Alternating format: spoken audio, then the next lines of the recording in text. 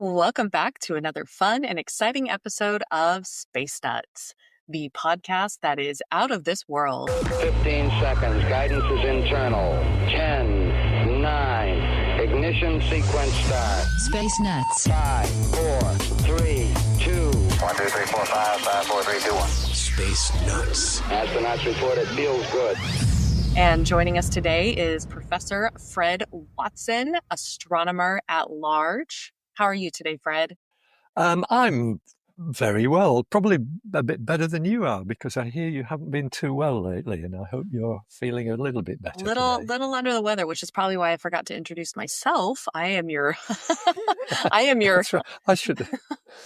I am the host of this episode. My name is Heidi Campo. I am filling in for Andrew Dunkley, who is our regular host, who is on a cruise around the world right now, and he's having just the time of his life. I've been better. I've been worse. I think this is just, Okay. I've been battling a fever but the good thing about podcasting is we can do this at a distance. In fact, a distance almost equal to the Earth's diameter. It's quite a long way that separates us. Not quite, but getting on that way. Yeah, it's always my evenings, your mornings, my summer, your winter. Yeah. It's opposite in so many ways. All wrong. But But we're on the same page. Heidi. we are. And one thing that I think everyone around the world can be on the same page on is everybody is always fascinated with extraterrestrial life and the search of it and the question of, is there life outside of our little blue marble that we live on? And it looks like our first story today is kind of talking about just that. They're scanning the famous Earthrise Crater on a mission to find alien life. That's right. It's this is I love this story because it links two very different eras in space flight. It goes back right to the beginning of human flight in space, when on the 24th of December 1968, William Anders, one of the three astronauts orbiting the moon on the Apollo 8 mission. Apollo 8 was a mission that did not land on the moon, but it was the first time humans had circumnavigated the moon. He took that amazing image of the gibbous Earth, the Earth sort of partly illuminated, rising above the limb of the moon. And I remember that so clearly, Heidi. I know it's long before your time, but it was so exciting. Christmas Eve, really special, that we got this image back with some very appropriate words as well from the crew of Apollo 8. And it was the dawn of human spaceflight going to the moon. It was really, we thought there would be no end to this, that we'd be living on the moon by the 1980s. It was an amazing time. So, as I said, I remember it with great excitement. You probably picked that up already. Now, in the foreground of that image is a large crater. It's about 40 kilometers or 25 miles across. It was known as Pasteur T, named after Louis Pasteur. Pasteur T, not quite sure what the T was. I think it was because there's probably a different one with a different letter as well. But following the image and the fame and the iconic nature that image taken by Apollo 8 astronauts produced, that crater was renamed Anders Earthrise, named after William Anders, who is the astronaut who took the photo. And I've just checked, and I'm sorry to say William Anders is no longer with us. He passed away just over a year ago in June 2024. But That's too bad. what an exciting life he led. And so here we have this wonderful crater, well known, perhaps the best known of all lunar craters, even though it's not one of the biggest by any means. But what has happened now, to link it with spaceflight today and to link it with your intro, which is all related to astrobiology and the hunt for evidence of living organisms beyond our own planet. And one of the space missions that has that very much in mind is a European one. It's not a NASA mission. It's a European Space Agency mission. It's called JUICE.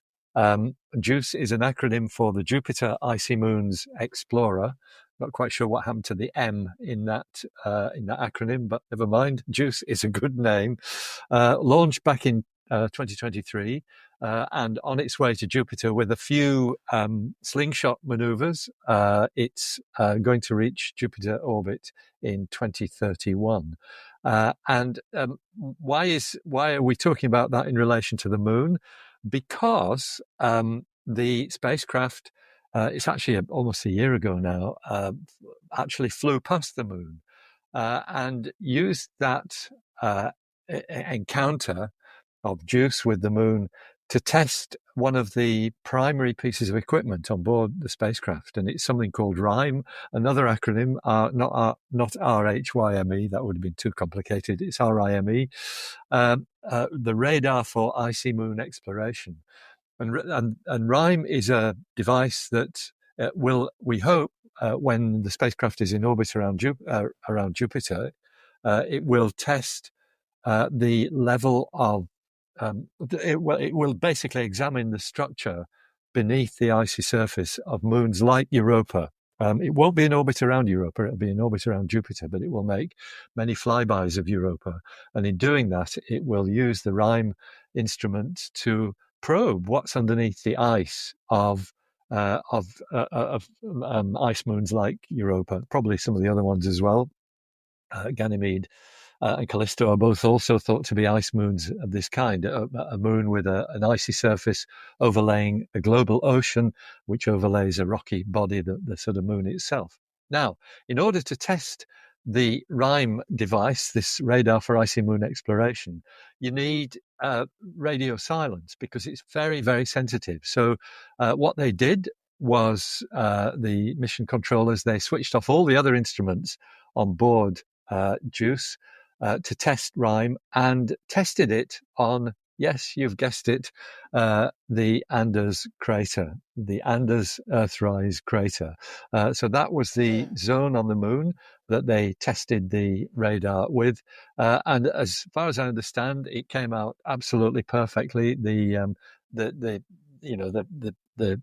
performance of the instrument was as expected, and it looks as though we will find when JUICE gets to Jupiter in 2031 that it's going to work for probing the subsurface region of Europa's ice fields. Well, that is just fantastic. So we're not quite sure yet, but that information is coming. What do you think? You mean What do you think they're going to when find? the spacecraft gets to Jupiter? What's it going to find? What do you think? I think it's going to find, well, the first thing it'll find is layers in the ice. It will probably show a stratified ice formation. What would be brilliant would be, and I don't know whether it's capable of doing this, if it could probe down to the lowest layer of the ice, where there's an interface between the underneath of the ice crust and the top of the briny ocean on which the ice crust flows. And it's liquid too, and it's kept that way because of the pressure of the ice on top and probably the tidal heating.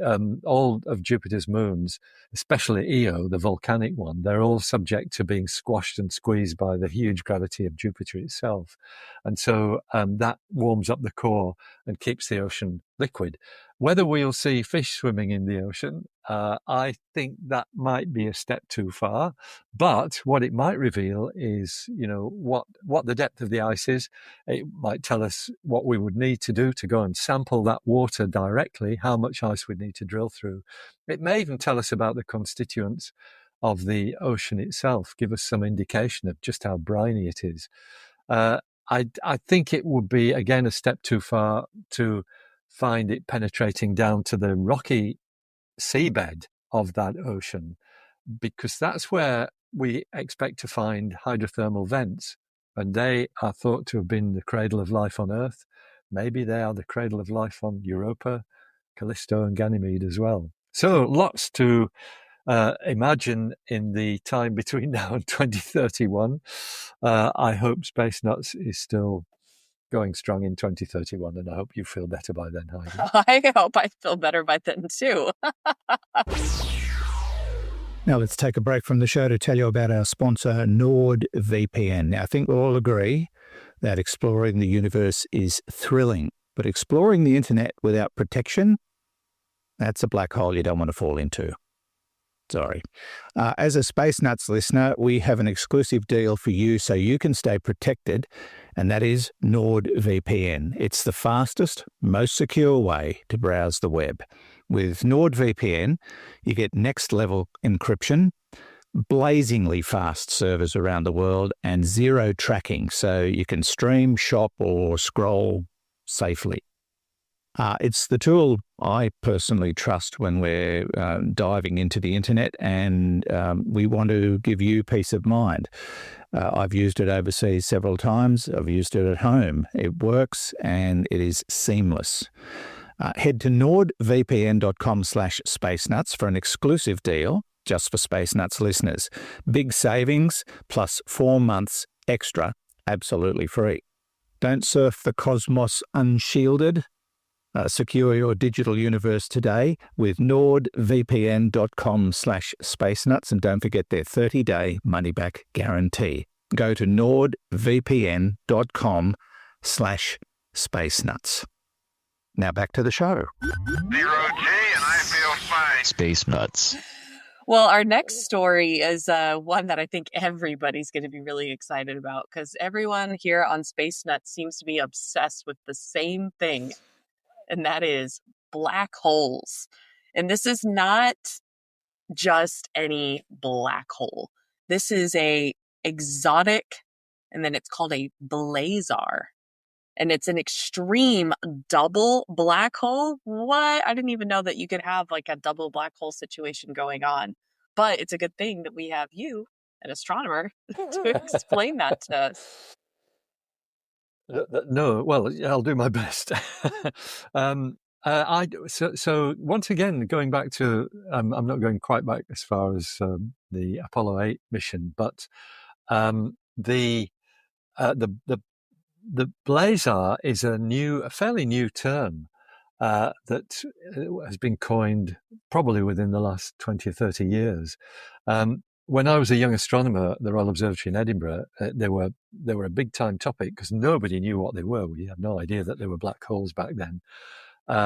We called them BL-LAC objects. And BL-LAC is an abbreviation for BL Lacerti, which is a name for a variable star, because that's what they were classified as, an extreme variable star, a star that varied in its brightness. But once we realized that these are actually black holes squirting out jets of material that aligns with the Earth and so looks very bright, then they were renamed blazars. And it's quite nice because the BL is still part of BL-LAC, BL Lacerti. Okay. So this particular one has the wonderful name of OJ287, which is perhaps notable only for its brevity, but it's a good name. And it's got basically the object has the distinction of producing a jet of material which is not quite aligned with our own planet, very nearly aligned with it, but it's crooked. It's a jet of material that looks like a corkscrew. It's got kinks in it, basically. And the deductions that have been made because of the crooked jet of material coming from this blazar is that it is actually not one black hole that is doing all the activity.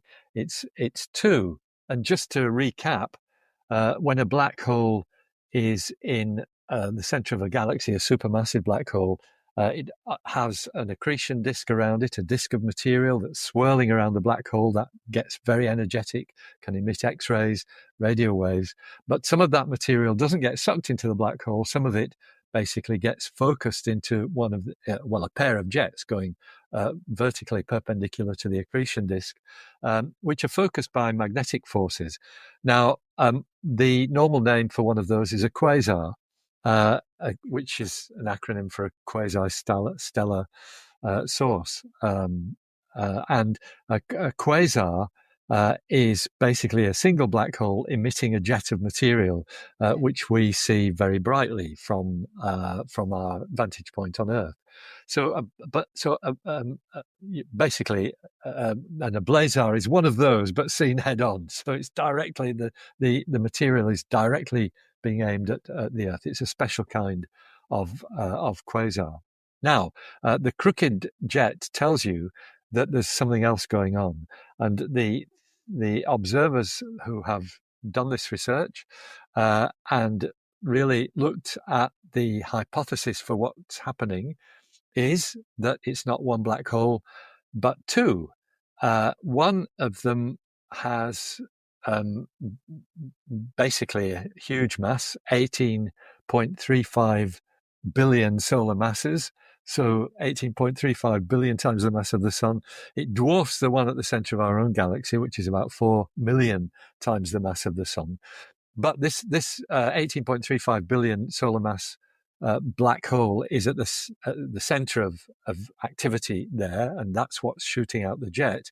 But it has another one going around it, which is probably less massive. I don't know that there's an estimate for the mass of the second one. And it's in a very elongated orbit around the main black hole. And every 12 years, it actually gets close enough to the main black hole to sort of steam through the accretion disk of the big black hole and essentially grab some of the material from that disk and basically produces its own jet of material and becomes a double quasar for a short time. And then it fades away. And, observations of this object, OJ287, have been a mystery until now. Back in 2021, there was a huge increase in brightness that only took 12 hours. That's quite extraordinary, in something as compact as that. So we've got a theory that is, and I might just add that it's very nicely expounded on the space.com website by Keith Cooper, who's written an article on this. And I think the bottom line is that this object will continue to be observed. We'll find out more about black holes. We'll discover more about double black holes like this one. My question to the astronomers who have made this research would be, is there any chance of the two merging? Because we do know that black holes merge. We see their gravitational wave signals, and maybe that would be something that down the track might happen. We might get a merger between OJ287 and its companion black hole. I mean, the images are truly incredible. If you guys are able to look this up, I really encourage you, because I can't quite describe it, but it almost looks like I can't describe it. It looks like they are connected, though. Like you can see, like there's this spiraling energy between them. It's really interesting. Okay, we checked all 4 systems and keying with a go. Space Nuts. I also wanted to ask you, were you really thirsty when you were looking at the articles today? Because I realized juice is in all of them. With the first one, juice, the acronym, and then this one's OJ 287. Yes. And then the very last, so OJ orange juice, and the very last article we have is some people pronounce it Betelgeuse, but Betelgeuse. We were talking about this before we logged on, and you told me the French way of pronouncing Betelgeuse. Betelgeuse. And then what was the German? Well, I don't know whether the Germans say it, but it would be Betelgeuse, I guess, in German. But we often call it Betelgeuse because that's the easiest way to do it. But what a lovely comment to make, Heidi. I had not spotted that link between the 3 stories. That's brilliant. Well, I'm just sitting here listening to you. I'm like, wait a second. Every article today mentions juice. Yeah, so it's a very juicy episode of Space Nuts today. So, and that's a lovely segue to the final story as well, which is about Betelgeuse or Betelgeuse or whatever you want to say.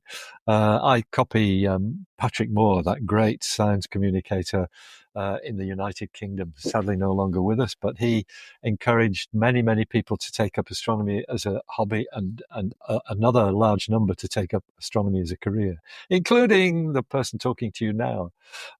He pronounced it Betelgeuse. He made it French.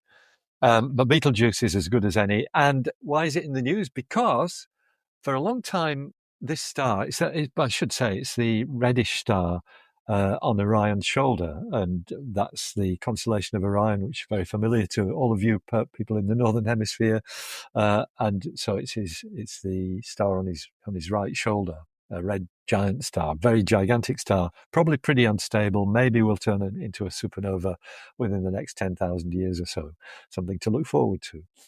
But now we see Betelgeuse in a different place because our view of Orion is upside down, and people tend to notice more the three stars of Orion's belt, which we call the base of the saucepan. It's very confusing, Heidi.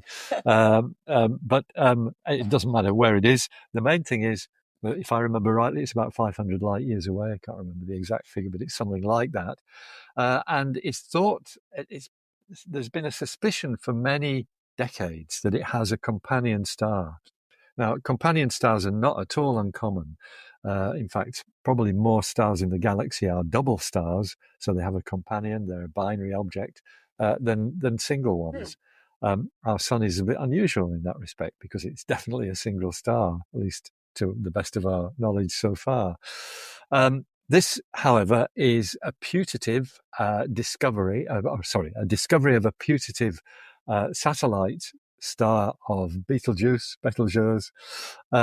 which has been detected with the Gemini North telescope in Hawaii, one of the 8-meter class telescopes that is at the summit of Mauna Kea, the mountain on the Big Island there.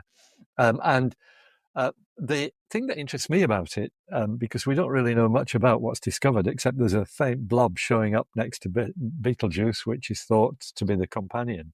But the method used was something we call speckle imaging, which is a way of trying to tease out detailed information in an image in spite of the turbulence of the atmosphere, sort of blurring the image out as the light comes through it. If you can take very, very short exposures, perhaps a thousandth of a second, take an image lasting that long, you'll freeze the turbulence of the atmosphere. And by doing that, it's possible to tease out much more detail, this technique called speckle imaging. And that's how this object has been found. The reason there is still some doubt about whether it's a real companion or not is because, as I understand it, over the time that this object has been observed, Betelgeuse and its companion, there's been no apparent movement of the companion. And if you've got something in orbit around another star, this close as it seems to be, you would expect to see some motion of the image of the object. We see that with one or two of the exoplanets that have been discovered. There's of the 7,000 odd exoplanets that we know, there's only a handful that have been seen by direct imaging. Most of them, it's by deducing their presence from other evidence. But one or two have been shown by direct imaging, and you can see their motion around the parent star. That's why we know those planets are real. Now, you would expect the same thing to happen with a star and a companion star like we're talking about now. But so far, as far as I know, no motion has been detected. And once again, if you want to read about that, there's a great article on the Sky and Telescope website. Well, and I'm looking at this one too. I realize now that I probably say this about a lot of our articles, but this is also such a beautiful image. And the one here, so this photo that's the technique they used, is the really short. Yep. That is just stunning. Because it's so what they do is they take really short exposures and then they kind of stack the good ones, the ones that are showing what they expect to show. They stack them up to build up what we call the signal to noise ratio in the image to make it an image that's got some credibility to it rather than just noise. But yes, you're right. It's a stunning image. Yeah, usually you don't. I don't know what it is about it. There's just so much detail in it. It almost looks. Just different from a lot of the space images that you see. And it's really, really beautiful to me. But I also had another thought. when you introduced this, how you mentioned how Orion's upside down for you. And it made me remember, I think this was episodes quite a ways back where we talked about how different cultures refer to the moon in different genders. So like I've always people in the US, I hear the moon referred to in the female. Then you're like, oh, and then I think you mentioned Aboriginals mentioned it in the masculine. And then it made me really think, I'm like, wait a second, there's probably totally different constellations in every other culture. And this would probably be a whole other episode and a whole other tangent. But how did we come up with the universal constellations that astronomers worldwide use? The short answer is they're derived from, I think, ancient Babylonian constellations. They go back a very, very long way. Wow. And were adopted by the Greeks and Romans. And I think it was Ptolemy who basically produced the first map that recorded them. That's 2,000 years ago. And so that's in what you might call Western culture, that was rooted into existence very early on. And those constellations that we're all familiar with in the world of astronomy they're basically taken from that era. But you're absolutely right. Other cultures have their own constellations. Here in Australia, there are something like 450 different nation groups within Australia. So individual groups of Aboriginal people and they have their own constellation. They have different languages as well. These First Nations people in Australia are a very diverse and interesting set of cultures. So constellations vary from one part of Australia to another. The traditional First Nations constellations, they're quite different and have different stories. One of them I can just mention in the context of Orion. I can't remember where this comes from, but it's one of the language groups. It may be in northern Victoria, which is one of our states in Australia. But they see Orion as a canoe with three brothers in it, which are the three stars of the belt, sitting right in the middle. And what we know as the Orion Nebula, that faint patch, which in the northern tradition is Orion's sword, they see that as a fish that these three brothers have caught. Oh, that's so cute. And there are other star groups that don't relate to ours. I might just mention why I studied this, and it goes back 20 years. I work sometimes with a very well-known classical music composer in Australia, Ross Edwards, who's produced some fabulous music in his career. But he and I collaborated on his Fourth Symphony, which is a choral work. So it's got actually two choirs singing. And what I did for the words was to take a journey right through the sky from the far northern horizon here in Australia down to the South Polar Star, which is called Sigma Octantis. In doing that, I tried to pull together the Western star names and constellations with their First Nations equivalent. And it was quite a difficult job because there are so many different cultures in the Aboriginal population of Australia. But we did it. And it actually won a major award. The CD that was made won a major award. So wow, Fred, that is beautiful. We're going to, maybe we'll see if Hugh can find that symphony and we can have that be our exit music for this episode. Well, you never know. He might. He might. It's an ABC CD. He's pretty incredible. But this was a great episode. Thank you so much for joining us. And we will catch you guys later with our next episode, which will be a Q&A episode. Until then, see you guys next time. Hello, Fred. Hello, Heidi. Hello, Hugh in the studio. Andrew again. And since I spoke to you last, we have been sort of halfway around the UK from Ireland in Cove, near County Cork. From there, we went across to Liverpool and then, Edinburgh. Sorry, Fred, I nearly left out Edinburgh. My goodness. And then we went down to Liverpool and then around to Dover, and then across to Norway, which is where we spent today in Bergen. And it's been a fabulous trip. Unfortunately, Fred did not get to go to the Royal Observatory in Edinburgh, but did see a heck of a lot of the place. That castle is remarkable. I mean, It stands out like a sore thumb, but a very good sore thumb, if I can put it to you that way. But I can see why so many people love Edinburgh. Fred, I know you spent a great many years there, and I think you were educated in that part of the world, or I know you worked at the Royal Observatory. Yeah, fabulous. Cove was brilliant in Ireland, and we did a lot of things connected with the Titanic, because the last passengers to board the Titanic did that in Cove, and most of them were Irish immigrants headed for the United States, and none of them made it. Well, most of them didn't make it, which is a very sad tale that most people are very much aware of. Then to Liverpool, where we visited the Beatles, quite literally. We went to all of their houses and did quite a bit. We actually did a taxi tour of Liverpool, visiting the major Beatles sites, and I highly recommend that. It was just fabulous. Strawberry fields, all their houses, their schools, Penny Lane, you name it, we saw it. And that was just a terrific day, one of my highlights. And then in Dover, we went to the castle and went through all the siege tunnels and the World War I and World War II tunnels. I didn't know. I thought I knew everything, but I didn't know that they coordinated the evacuation from Dunkirk from the tunnels underneath Dover Castle. So there you are.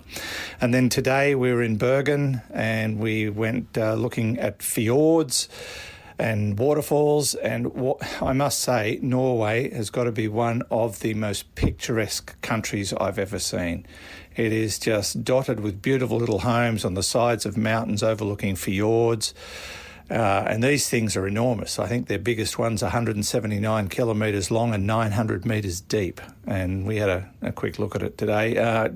Beautiful harbour, Bergen, and we continue our trek up the coast to Skjolden tomorrow, and then we're going to cross into the Arctic Circle in a few days and visit North Cape, the northernmost point of Europe, mainland Europe. So looking forward to that. Still quite a few stops to go, a couple of 2 or 3 more weeks on board, I think, probably 3.